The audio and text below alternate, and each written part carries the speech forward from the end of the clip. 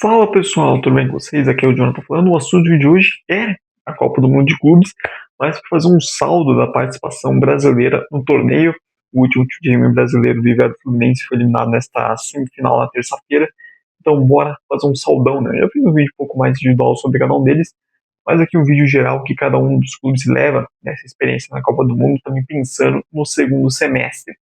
Indo por ordem das campanhas, temos que começar justamente pelo último eliminado, o Fluminense, e é o maior ganhador dos brasileiros nessa Copa do Mundo de Clubes. Não só do ponto de vista financeiro, ter ido mais longe, mas também do ponto de vista de moral. Era quem tinha menos expectativa. Eu fiz o vídeo pré-Copa e eu realmente falei que eu não tinha uma grande expectativa assim no Fluminense. Dos brasileiros era o que eu esperava menos, até por também ser o elenco menos qualificado individualmente, ser o time de menor investimento. E assim, foi o que foi mais longe e foi dos times quem conseguiu ir além do seu limite. Ah, fazendo estratégia jogo após jogo, muito bem feita do Renato Gaúcho, taticamente, muito bem na estratégia que teve, mesmo variando o sistema, trocando alguns jogadores, sabendo usar ao máximo o elenco que ele tem à disposição, as características dos jogadores. O Fluminense que joga contra o Borussia Dortmund é diferente do Fluminense que joga, por exemplo, contra a Inter de Milão. Né? Em questão de estratégia, de, de esquema, até de alguns nomes. E um Fluminense que não só se resultou ficar com a bunda lá atrás na defesa, rezando torcendo a defesa do Flávio, não. O Fluminense que também, dentro da sua estratégia, jogou, soube atacar seus adversários, soube ter as chances. Contra o Borussia Dortmund foi um jogo que foi melhor e merecia ter vencido.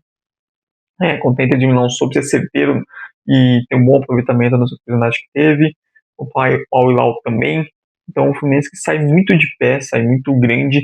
É um time, tanto individualmente, jogadores quanto o Renato Gaúcho, todos eles saem maior ainda dessa Copa do Mundo do que eles entraram. Individualmente, tem vários destaques.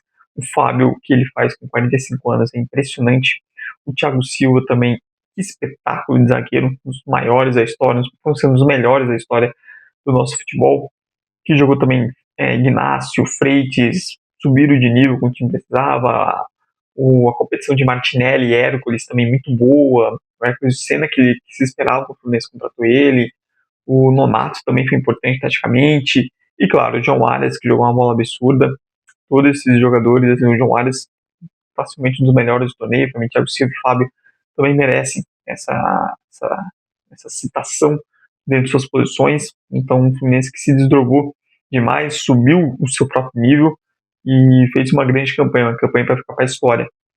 É um time que volta com outro status do futebol brasileiro, tem que ver o quanto que esse desgaste vai afetar a equipe, é algo que vale para os quatro, porque enquanto vários times tiraram de descanso de férias, tiveram pré-temporada para treinar, esses quatro estavam jogando.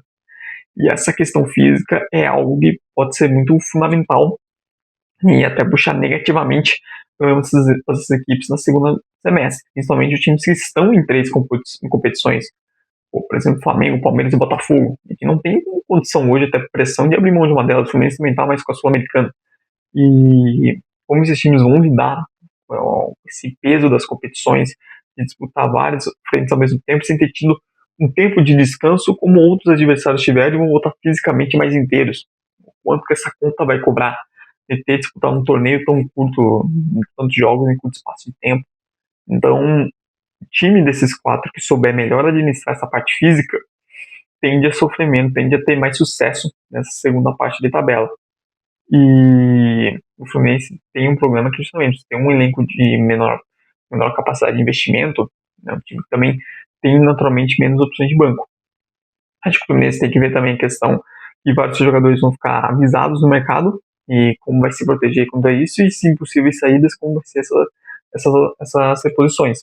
Acho que o Fluminense, pensando no segundo semestre, acho que se tiver a oportunidade de reforçar esse elenco, de dar mais profundidade, tem que buscar ir atrás, o que vai ser necessário. E no Palmeiras, que foi o brasileiro caiu nas quartas, eu já fiz no vídeo um saldo meio um gosto amargo. Foi longe, fez uma campanha de quartas finais, financeiramente boa, mas a questão de desempenho é decepcionante. O time não empolgou no Mundial. Os melhores jogos foram contra Porto, que depois também se mostrou um time fraco, enquanto o Botafogo, e mesmo nesses melhores jogos, não foi um futebol encher super os olhos. Acho que o Palmeiras, ofensivamente, é um time que tem mais condições Vamos ver como sai dessa janela, já a perca do Estevão é certa. O Richard Hughes muito possivelmente vai sair. E esse é um jogador importante. Hoje, dentro da elenco, você não tem reserva para ele. Um cara que consiga manter esse nível. Né? Animo Moreno, Lucas Evangelista, Martinez não são jogadores. Vai ter que ir atrás do mercado para repor.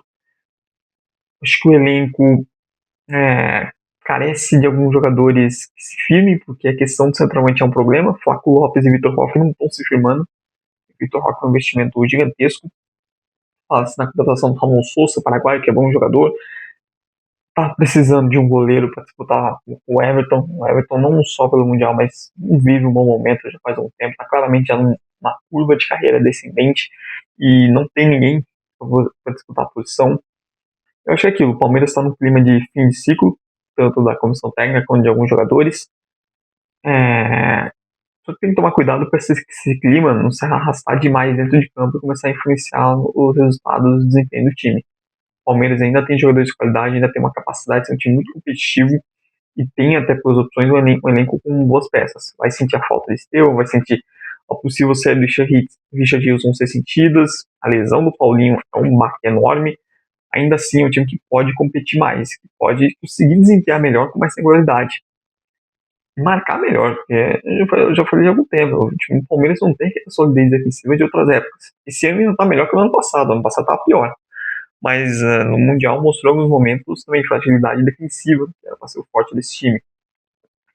Então, o Palmeiras continua investindo, a expectativa é que continue também contratando jogadores, até que é possível a grande venda do Richard Hughes. Eu acho que vai ser muito nisso, como vai ser se recuperar desse baque no Mundial e como esse time vai se armar para o segundo semestre. Sem Estevão, principalmente sem Richard Hughes, sem ter a opção do Paulinho, tentando fazer Vitor Roque ou Flaco Lopes, um dos dois desabrochar, com possível chegar a novos reforços. Tem potencial para render mais, mas no cenário mais negativo é uma equipe que pode acabar entrando numa crise aí. Ainda mais que tem um mata-mata contra o Corinthians. Isso aí vai ser fundamental. Se o Palmeiras passa, as coisas dão uma acalmada, que um derby muda tudo. Um derby é sempre divisor de águas, mas se cai pro Corinthians na Copa do Brasil, um Corinthians com todos os problemas que tem, cara, aí a crise vai vir com tudo, não parece detalhe. E os times que os Flamengo e Botafogo, né? Começando pro Flamengo, caiu no dia seguinte. Cara, é que eu falei. Eu acho que a Copa do Mundo de Clubes mostra como esse time do Flamengo tem potencial muito grande, tem uma capacidade técnica acima. Continua, como eu disse, é o melhor elenco do continente. E visualmente tem uma capacidade de investimento de peças acima dos demais. Mostrou coisas positivas, mostrou em alguns momentos a capacidade de assistir um jogo contra o Chelsea, é um exemplo de quando o Flamengo consegue encaixar seu jogo com o adversário, o quanto ele consegue dominar e encurralar o adversário, né? De bola, pressionando a saída. Ao mesmo tempo, também em alguns momentos, né? Quando o jogo não encaixa, é um time que fica meio moroso, né? Fica aquele futebol meio travadão. Vai essa saída do Gerson, com certeza é uma saída bastante nesse sentido, vai precisar de reposição. Questão do Pedro, não fez uma Copa boa, Copa do Mundo de Clubes, essas notícias de possíveis saída, essa questão de renovação ou não com a Rascaeta. Mais uma vez aquilo, acho que parece que o principal adversário do Flamengo é o próprio Flamengo. E desde a saída o que a gente vê são notícias não muito boas internas. Possível saída de diretor, e aí a troca, isso também influencia em janelas de transferências, em possíveis contratações, renovações ou não. Mais uma vez, o interno do Flamengo querendo ser o maior adversário do próprio time, que tem muita qualidade. O Felipe Luiz mostrou mais uma vez o potencial que ele tem como técnico. Sinto que o Flamengo sente falta de ter um jogador, falando de janela de transferência, uma opção ali de volante, um pouco mais de chegada à frente, uma opção, principalmente quando pega times mais fechados. A chegada do Jorginho, ele já deu uma amostra na Copa do Mundo de Clubes, o quão bom ele é e o quanto ele pode acrescentar esse time. Tem questão física dos jogadores, como De La Cruz, que é uma incógnita. Ainda assim, é um time que é favorito a tudo.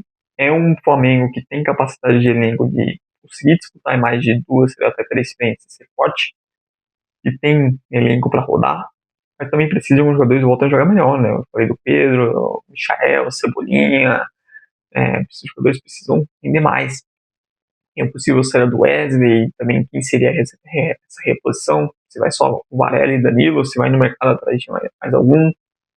Então o Flamengo tem algumas questões, para mim ainda continua sendo um time muito forte, mas não pode deixar mais uma vez que questões internas influenciem dentro de campo e peguem esse potencial do Flamengo e puxem ele para baixo. E por fim, o Botafogo é aquela incógnita, né? Parece que a cada 6 meses é um Botafogo diferente. Que é ruim, do ponto de vista de elenco, agora do ponto de vista de técnico. Sai o Renato Paiva, eu fiz vídeo sobre isso. Chega agora o David Ancelotti, o filho do Ancelotti, e, cara, é uma incógnita total. É o primeiro trabalho dele como técnico. Então, assim, não dá pra falar o que vai ser. É meio 880, né? Quando você faz uma aposta dessa. Ou vai dar muito certo, ou vai dar muito errado. Acho que é um momento que o Botafogo tinha que trocar, porque ainda você tem um tempinho pra treinar. Ainda é melhor agora do que no nervosão, quando voltar ao futebol, aquela loucura que vai ser o calendário. Mas é um Botafogo que, assim, as perdas vão ser sentidas. Não ter Jair, não ter Igor Jesus, possivelmente perder Cuiabá. São 3 grandes perdas. Trouxe para mim um reforço, o Turco Correia, que pouco que mostrou no Mundial, mostrou coisas boas, interessantes. Tem um Montoro que também entrou bem em alguns jogos, tem potencial. Outro Cabral, esse parece que vai demandar um pouco mais de tempo para se adaptar. Pode trazer novos jogadores, de fato. O Botafogo, nos últimos anos, nessa janela, no meio do ano, o Botafogo é mais forte, por exemplo, do começo. Mas é isso, é um clube que, de novo, vai estar na estaca zero. E é isso. É mais uma vez, parece que a cada 6 meses é um novo Botafogo se surgindo. E, assim, definição sobre se vai ser melhor ou não é ruim. E, cara, fica um pouco mais difícil você criar expectativa ou fazer análise a longo prazo no Botafogo se a cada 6 meses muda, seja técnico, vai mudando de jogadores importantes. Isso atrapalha um pouco no desenvolvimento de uma temporada. E o Botafogo tem potencial para jogar bem, um time que tem qualidade, mostrou na Copa do Mundo de Clubes em alguns momentos como um time que pode ser muito competitivo, mesmo contra equipes mais fortes. Ao mesmo tempo, teve seus momentos negativos, como as atuações contra Seattle e Palmeiras, que acabou resultando na eliminação. Então vamos ver como esse Botafogo termina a janela das transferências e como vai ser esse trabalho do David Ancelotti, e que não é uma total incógnita. Mas eu quero saber de você. Deixe nos comentários se você concorda ou discorda de alguma coisa que eu falei. E qual a sua opinião também sobre essas equipes que saíram do Mundial? Quem para você foi a maior surpresa, a maior decepção? Faça livre nos comentários. Não esqueça de dar like no vídeo e me seguir para mais conteúdos. Muito obrigado mesmo por você que viu até o fim. Tchau, tchau e até a próxima.